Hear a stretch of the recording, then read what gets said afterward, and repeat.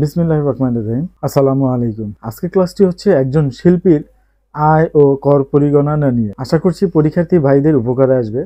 এই অঙ্কটি পাবেন আমার লেখা ইনকাম ট্যাক্স রিটার্ন সলিউশন বইয়ের 127 পৃষ্ঠায়। তাহলে আসুন আমরা স্ক্রিনে অঙ্কটি দেখি এবং এর সমাধান করার চেষ্টা করি। মিস নামিরা নুজাইমা একজন কণ্ঠশিল্পী। তার নিজস্ব একটি গানের দল রয়েছে।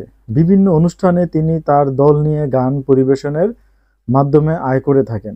1 জুলাই 2023 হইতে 30 জুন 2024 পর্যন্ত সময়ে তার আয় ও ব্যয়ের পরিসংখ্যান নিম্নে দেওয়া হলো।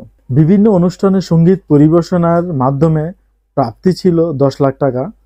তার নিজস্ব দলে 3 জন সহশিল্পী, 3 জন যন্ত্রশিল্পী, 2 জন তবলচি। তাদেরকে বেতন বাবদ প্রদান করা হয়েছিল 3 জন সহশিল্পীকে বছরে 2,16,000 টাকা, 3 জন যন্ত্রশিল্পীকে বছরে 1,80,000 টাকা, 2 জন তবলচিকে বছরে 72,000 টাকা।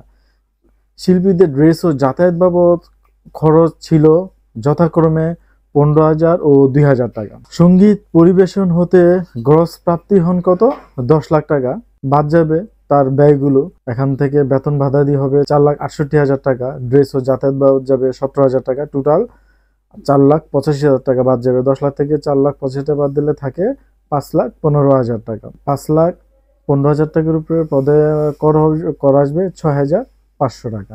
অঙ্কটি খুব সহজ। ছোটখাটো অঙ্ক যদি আসে সেই জন্য চূড়ান্ত সাজেশন হিসেবে আমি এই প্রশ্নটি রেখেছি। ধন্যবাদ সবাইকে ধৈর্য নিয়ে দেখার জন্য। ভালো থাকবেন, সুস্থ থাকবেন। দেখা হবে পরবর্তী কোনো বিষয় নিয়ে। আসসালামু আলাইকুম।